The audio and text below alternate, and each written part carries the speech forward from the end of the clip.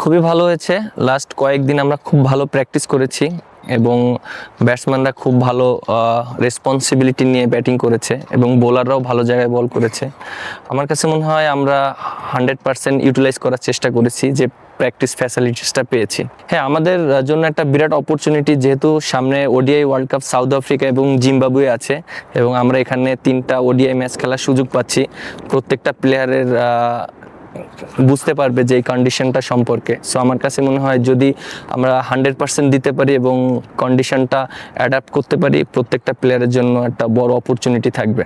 হ্যাঁ, অবশ্যই আমাদের সিরিজ লক্ষ্য থাকবে জেতার জন্য, কারণ আমরা লাস্ট 4টা সিরিজ জিতেছি বাংলাদেশের হোম কন্ডিশনে, আমাদের কন্ডিশনে।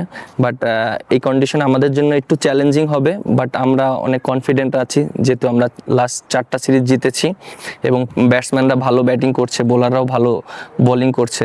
সো আমার কাছে মনে হয় যে আমরা যদি প্রপারভাবে রেসপন্সিবিলিটি নিয়ে খেলতে পারি তাহলে আমরা অবশ্যই এই সিরিজ জিততে পারবো।